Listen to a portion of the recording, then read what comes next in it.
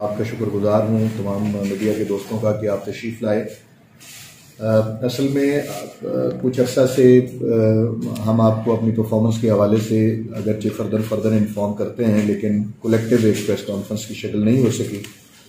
तो हमारे हाल ही में 6 दिन पहले एक मुकदमा सिटी जफरवाल से मोहम्मद वकास नामी आदमी के मर्डर का दर्ज हुआ। उसमें थाना जफरवाल ने और उमर सब इंस्पेक्टर ने बड़ी उसमें अपनी जो भी साइंटिफिक इंफॉर्मेशन थी और अपने टूल्स को इस्तेमाल करते हुए मुकदमा जो नामालूम मुल्ज़मान के खिलाफ था उनको ट्रेस किया और उसके जो दुरुस्त मुल्ज़म हैं वो उनको गिरफ़्तार किया। इसमें 2 मुल्ज़मान मोहम्मद इरफान और साबिर अली को गिरफ़्तार किया गया और उनसे उनका जो वेपन है, वेपन ऑफ मर्डर, उसको रिकवर किया गया है। ये अनट्रेस मुकदमा और नामालूम मुकदमा था जिसको बड़ा प्रोफेशनलिज्म से थाना जफरवाल ने सॉर्ट आउट किया। इसके अलावा जो आपको प्रेस रिलीज दी गई है, इसमें 4 मुकदमात मर्डर के हैं, जिन चारों मुकदमात में बर्बरियत और एक सेंसिटिविटी इन्वॉल्व थी। इसमें थाना लेसर का एक मुकदमा था जिसमें खातून ने अपने खामन को मर्डर कर दिया, उसको फायर मार के, लेकिन उसको खुदकुशी का रंग देने की कोशिश की, जिसमें मुल्ज़मान जो हैं वो ना सिर्फ उसकी बीवी बल्कि उसका जो वालिद है वो भी और उसकी बेटी जो उसकी बीवी थी, वो तीनों 2 ख़वातीन और 1 बंदा चालान हुआ और उनसे वेपन रिकवर हुआ। इसी तरह एक सालेपुर का एक डबल मर्डर का मुकदमा है। इसमें 2018 में एक मर्डर हुआ उस मामले में, और उसमें मुल्ज़मान जो हैं वो इश्तिहारी हो गए। 2018 से वो इश्तिहारी थे। उसमें ज़ुहैब पठान नामी आदमी ने और उसके भाइयों ने वो पहला मर्डर किया और उसके बाद उन्होंने 2021 में दोबारा मर्डर किया उनके वालिद को। तो उस हवाले से हमारी कुछ टीम्स ने हमने दोबारा आके आगाज़ किया और हमारी टीम ने वो पठान थे और मर्दान के रिहायशी थे, यहाँ पे कुछ अर्सा के लिए मुकीम रहे, पले बढ़े और उसके बाद फिर मर्दान चले गए। तो ज़ाहिर है एक दूसरे सूबे का मामला था, तो इसमें हमारी टीम ने बड़ा प्रोफेशनली ज़ुहैब को, जो असल मुल्ज़म है इन दोनों वक़ुओं का, उनको मर्दान से गिरफ़्तार किया और उसके साथ जो हमारी मुल्ज़म है उसको भी गिरफ़्तार किया। इंशाल्लाह इसमें जो 2 मुल्ज़मान बाकी हैं उनको भी हम बहुत जल्द गिरफ़्तार कर लेंगे। और इसमें ये डबल मर्डर का जो मामला सालेपुर का काफ़ी अर्सा से चल रहा था, उसमें इस मुल्ज़म की गिरफ़्तारी, दोनों मुल्ज़मान की गिरफ़्तारी से काफ़ी हद तक वो जो है अल्लाह के फजल करम से वो हमारा मर्डर का मामला सॉल्व हुआ। तो इसमें इस मौके से फ़ायदा उठाते हुए जो पिछले 3 महीने से जो जफरवाल पुलिस की परफॉर्मेंस है उस पर उसकी डिटेल आपको दे दी गई है। ज़ुबानी तौर पे मैं आपको ये ज़रूर बताना चाहता हूँ कि इस दौरान हमने 6 गैंग्स गिरफ़्तार किए जो कि रॉबरी, डकैती और मोटरसाइकिल चोरी और स्नैचिंग के गैंग्स थे। इन 6 गैंग से जो हमारी टोटल रिकवरी है उसकी मालियत जो है वो 24 मोटरसाइकिल हैं, कमोबेश वो बनते जो स्नैच हुए या चोरी हुए, और इसके अलावा इनकी रिकवरी तकरीबन 1 करोड़ रुपए की ये टोटल रिकवरी है।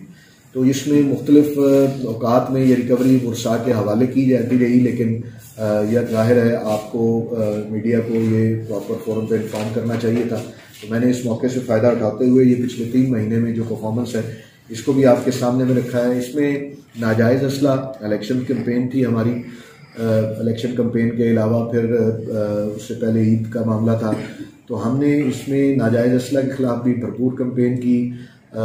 इसमें जो हमारी डिस्प्ले ऑफ वेपन है उसको भी डिस्करेज किया।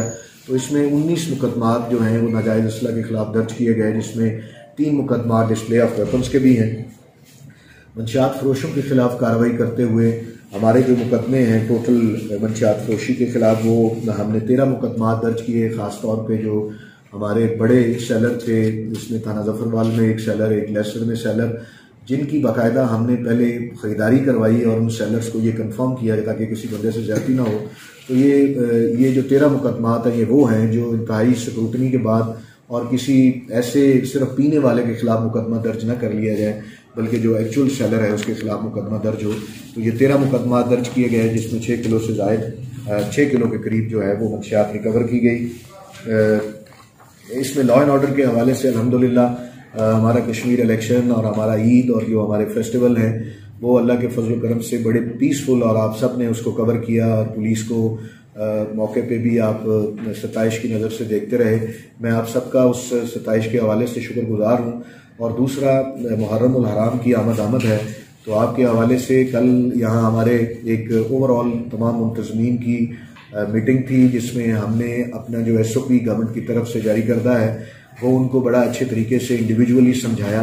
हम उम्मीद करते हैं इंशाअल्लाह कि पुलिस मुहर्रम में भी सिक्योरिटी के लिए इसी तरह ज़फ़रवाल पुलिस जो है वो अपनी खिदमत अंजाम देती रहेगी, और अल्लाह के फजल करम से ये मुहर्रम का भी जो टास्क है वो इंतहाई खुश उसलूबी से हम इसको भी इंशाअल्लाह पूरा करेंगे। अच्छा सर, होगी मुकम्मल सर आपकी बात।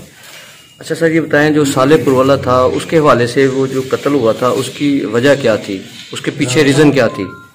एक्चुअली उसके पीछे जो है ना रीज़न, जो पहला मर्डर था वही दूसरे मर्डर की रीज़न थी। पहले मर्डर की रीज़न तो आपको पता है कि वो जो उनकी माँ से शादी की गई और वो बच्चे आके यहीं पे पले और उसकी एक गैरत का इशू बनाया गया और उसमें कुछ लेन देन के मामलात भी आए, लेकिन उस पर वो मर्डर जो है वो पहला भी बड़ा कभी था। लेकिन इसमें जो सबसे बड़ी बात है कि उस मर्डर के बाद मुलजमान जो हैं वो KP के फरार हो गए, अपने मर्दान फरार। पुलिस की टीम उस वक्त 2018-19 में KP के गई, लेकिन एक मुलजम जो है वो उसके बाद जेल में नारकोटिक के मुकदमे में चला गया और दूसरे मुलजमान को पकड़ ना सकी, और एक मुलजमान को गवर्नमेंट ऑफ KP ने हमारे हवाले नहीं किया।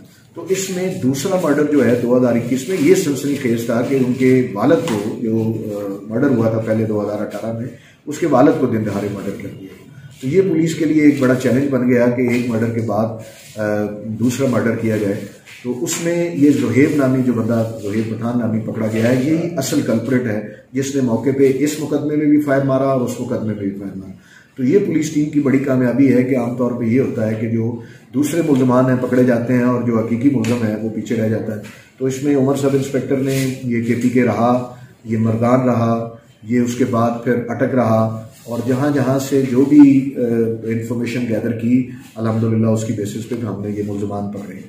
अच्छा सर, दूसरी जो वकास नामी जो शख्स लड़का कत्ल हुआ है, नौजवान, नाला डेक के करीब, उसके हवाले से जो इन्फॉर्मेशन है वो ये मैं आपको मुलजम जो है वो जाहिर है हम मीडिया को पेश करना चाहते हैं, क्योंकि ये ब्लाइंड मर्डर था और ब्लाइंड मर्डर को इन्होंने ट्रेस किया, दो चीज़ों से ट्रेस किया।